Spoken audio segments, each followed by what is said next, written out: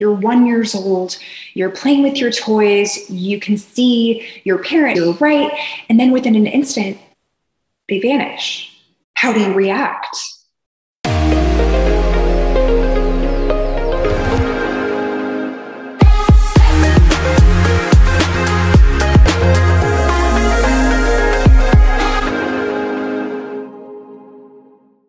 This is a situation that many toddlers found themselves in the 1970s. Mary Ainsworth, a psychologist, called this the strange situation.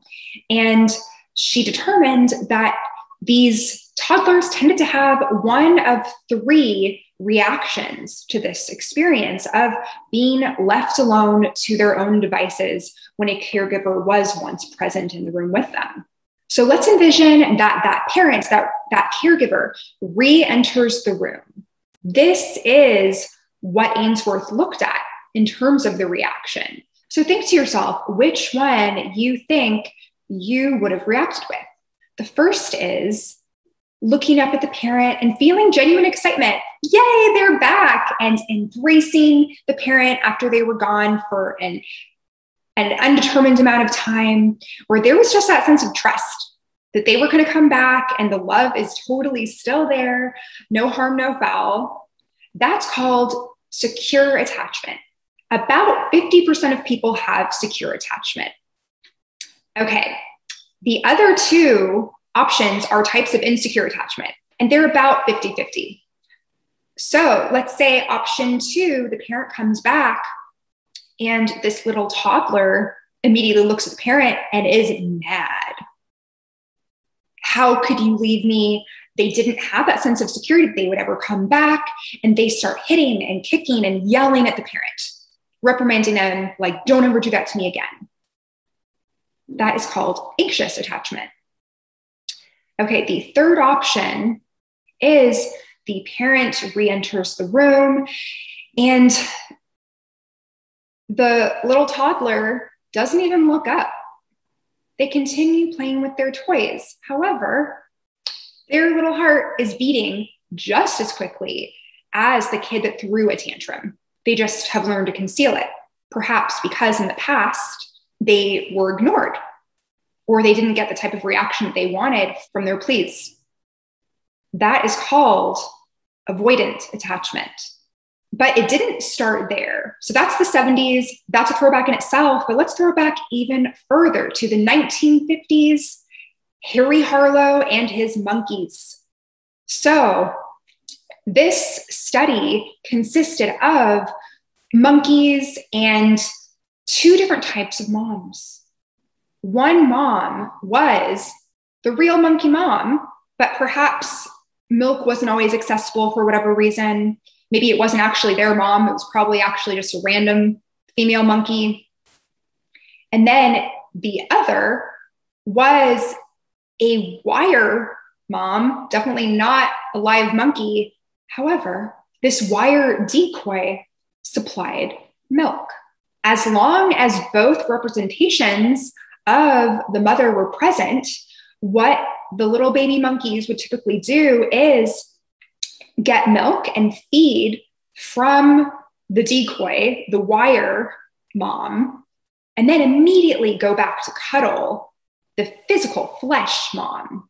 However, if there was only one option, if there was only one decoy wire mom that supplied milk, then within 90 days, they would start to treat that wire mom like it was alive, cuddling into it, even though there wasn't much to cuddle. So this is another representation of the roots of attachment.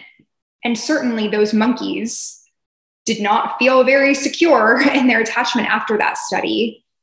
And the child study actually highlighted the style that had already been adopted, in the first year of life, and perhaps could have served as an indicator, maybe not of the child's exact temperament, but the parenting styles of those children. For example, parents of securely attached children tend to be reassuring and the default is that their child feels secure and taken care of and like they can depend on and rely upon their parent. And let's say more anxious, attached people's parents tended to be unpredictable and perhaps abusive at times, where perhaps the child internalizes that, well, some attention is better than none, even if it's bad. And then looking at the avoidant style, those parents tend to be neglectful of their children or their children's emotional needs. So the child learns to have a poker face of sorts and not show or express what their needs are, even though they are freaking out internally oftentimes, unless they have numbed that out as well. If you are curious to learn more about attachment theory, there are books that are from modern times that will still reference these studies that I mentioned, but you'll be able to determine how you identify. And here is a newsflash. If you have an insecure attachment style, you are actually able to instill a sense of secure attachment within yourself through education, through open communication with your partner. The reason why this is why people even care about attachment theory is because it oftentimes, pretty much all the time, shows up in your romantic relationships. So, for example, the securely attached people of the world tend to be serial monogamists. They tend to be in long-term relationships, and they're the people that are always snatched up, right? And then those who are anxious attachment are the people freaking out that they're not getting a text back. And the people who are avoidant attachment are the ones not texting back. So to learn more about this and to go into greater depth with more modern examples and research, there are a few books that I'd like to recommend to you that I also encourage my clients to read. You can go ahead and check out Attached, Wired for Love, Why Him, Why Her, or I really like the book How We Love. It really deepens your knowledge of attachment theory. I certainly recommend one of those 3 books first, and then dive into How We Love. You will have a lot of aha moments there.